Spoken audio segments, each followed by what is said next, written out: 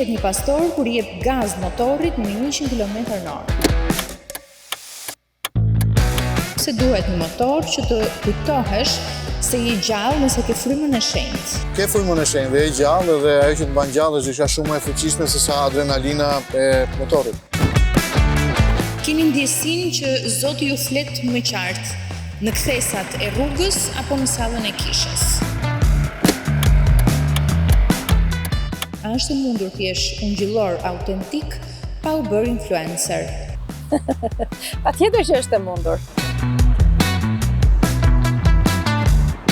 Në shtëpi kush është më pastor? Akili që predikon apo Linda që korrigjon? Pastori që është pastor.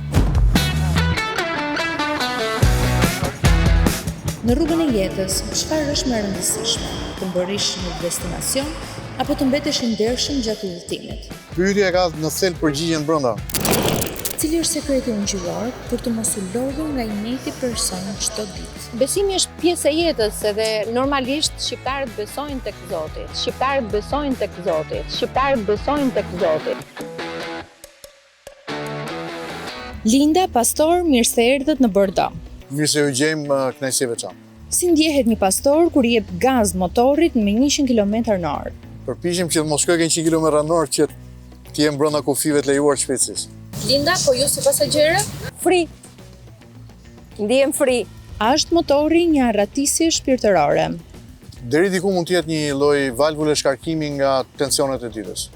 Thoni se shpejtësia të bën të ndjesh gjallëri, po pse duhet një motor që të kujtohesh se je gjallë nëse ke frymën e shenjtë? Mbase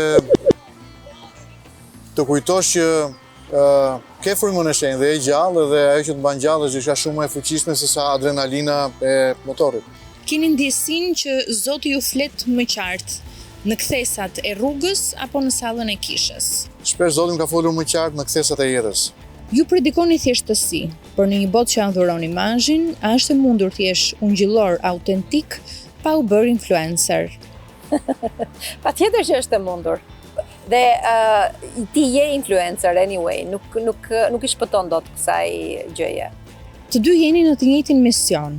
A është ky një bekim apo lodhje dyfisht? Është bekim edhe lodhje nganjëherë, sepse barrat ke nevojë të ndash me dikë, por kur ke të njëjtat barra është e vështirë. Edhe këto barra, pra këto çështje të jetës përditshme i sjell në shtëpi lehtësisht i sjell në shtëpi. Por që duke qenë se jemi dy dhe lutja është më e fuqishme aty ku janë dy veta që mblidhen në emrin e Zotit. Në shtëpi kush është më pastor? Akili që predikon apo Linda që korrigjon? Pastori që është pastor. A mund të ketë një dashuri të krishterë pa debate ungjillore? Jo, sepse debatet janë pjesë e dashurisë. Cila është mrekullia më e madhe në martesën tuaj? Durimi, humori apo falja? Falja. Edhe durimi. Nëse dashuria është si një udhëtim me motor, kush i kontrollon frenat kur rruga është e rrëshqitshme? Bashkëshortja, gjithmonë. A ndiheni ndonjëherë si të huaj në këtë botë duke mbrojtur vlera që shumica e njerëzve i quan të vjetra? Gjithmonë ndihesh i huaj, por me shumë mundësi Zoti ka një qëllim për faktin që jemi në këtë botë.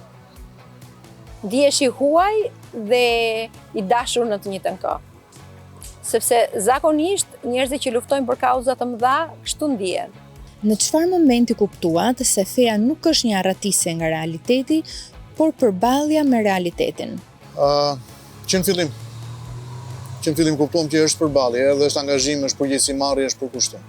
Dhe kështu duhet të jetë në fakt. A mund të jesh pastor i suksesshëm nëse nuk të keq kupton askush?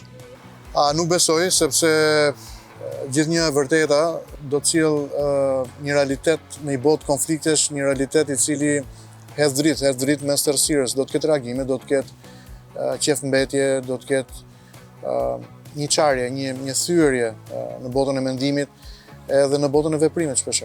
A është e vështirë të ndryshosh një shpirt dhe një mendje të ngurtë? Është e pamundur.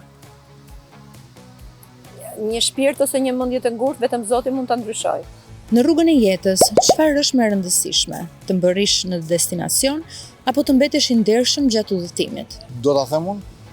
Rrugtimi për mua, shumë i rëndësishëm rrugtimi.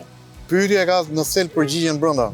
Nëse je i ndershëm gjatë udhëtimit, absolutisht do të mbërrish në destinacionin përfundimtar. Është më lehtë të kesh një bashkëshort, një njeri që ndan të njëjtin besim apo më e vështirë, sepse të njeh edhe shpirtërisht edhe praktikisht? Është absolutisht më e lehtë sepse ke mundësi që është gjuha e shpirtit, ti kuptohesh me të, jo vetëm thjesht me gjuhën që flet, po edhe me gjuhën e shpirtit. Në jetën tuaj të përditshme, ku mbaron pastor Akili dhe ku fillon bashkëshort Akili? Shpesh nuk e bëjmë dot dallimin, unë nuk e bëj dot dallimin. Janë të ndërthurura të dyja bashkë. Linda, ndodh ndonjëherë që të dëgjosh një predikim të tij dhe të mendosh në shtëpi nuk e thot aq bukur sa në kish? Po patjetër.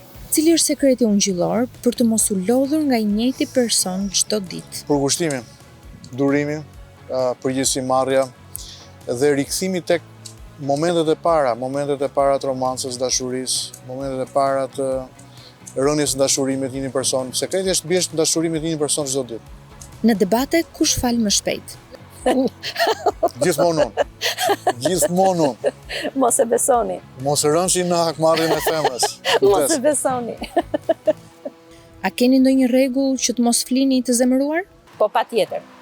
Është në fakt është urdhërim që diellit të mos perëndojë mbi zemërimin tuaj. Është urdhërim biblik. Pra ne jemi përpjekur që ta vëmë praktik fjalën e Zotit në jetën tonë të përditshme. Nisur edhe nga intervista edhe pyetjet e formuluara nga ju me shumë kujdes dhe detaje. Është pjesë e përditshme, angazhimi i përditshëm i jetës për me fal, për me duru, për me dash, për me harru. Cili është ai që i prish rregullat dhe ai që është më strikt? Ai që qëndron më shumë strikt jam unë, personi që prish më shumë rregullat është Linda. Se është më shumë spontane nga natyra. Rebelja e shtëpisë. Më shumë spontane nga natyra. A është më e vështirë të udhëheqësh një kish apo të ruash paqen me nuset dhe dhëndurët? Në fakt, unë do thoja është më e vështirë të udhëheqësh veten. Nëse udhëheq veten, atëherë pjesa tjetër është më e lehtë. Që do thotë, zakonisht njerëzit drejtohen dhe udhiqen nga modeli, jo nga fjalët. Dhe nëse veten je në gjendje ta drejtosh e ta udhëheqësh në mënyrë që privatja jote të jetë reflektuar tek jeta publike, atëherë është shumë e thjeshtë që edhe në dimensionin publik vijimi të jetë i lehtë. Udhëtimi i parë që keni bërë së bashku me motor?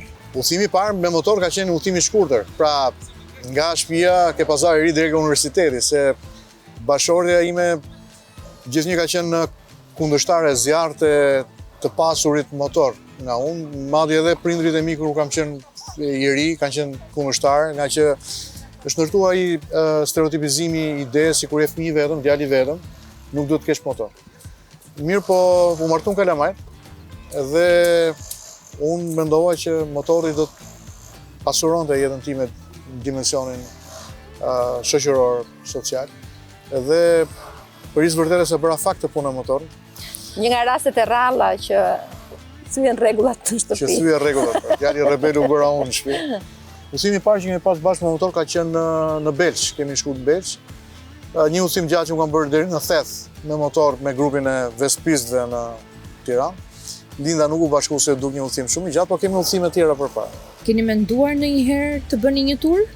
Gjithmonë unë mendoj që duhet bëjmë një tur me motor, pasi grupi i burrave dhe zonjave të tyre që udhëtojnë me motora, kemi një planifikim vjetor. Ata kanë qenë vetëm janë kaluar ishin në Greqi, disa muaj më parë kanë qenë në Itali, kanë udhëtojnë shpesh.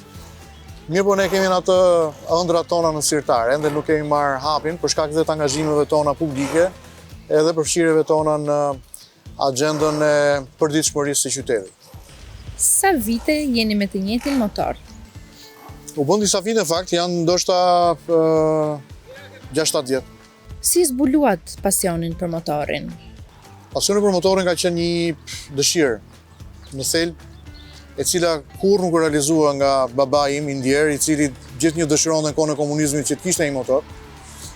Dhe me sa duket ëndrat e etërve kalojnë tek bijtë, të cilët duan t'i përmbushin këto ëndra vetëm thjesht për të përmbushur dëshirat e tyre, por edhe për një farë mënyrë për të plotësuar ëndrat e paplotësuara të baballarëve tyre. Fakti që jeni dy figura publike të lidhura me besimin, komentoheni më shumë për mirë apo keq? Po, besimi është pjesë e jetës edhe normalisht shqiptarët besojnë tek Zoti. Kështu që patjetër që shifet si diçka pozitive. Linda dhe Pastor, faleminderit që ishit me ne sot. Faleminderit. Faleminderit juve.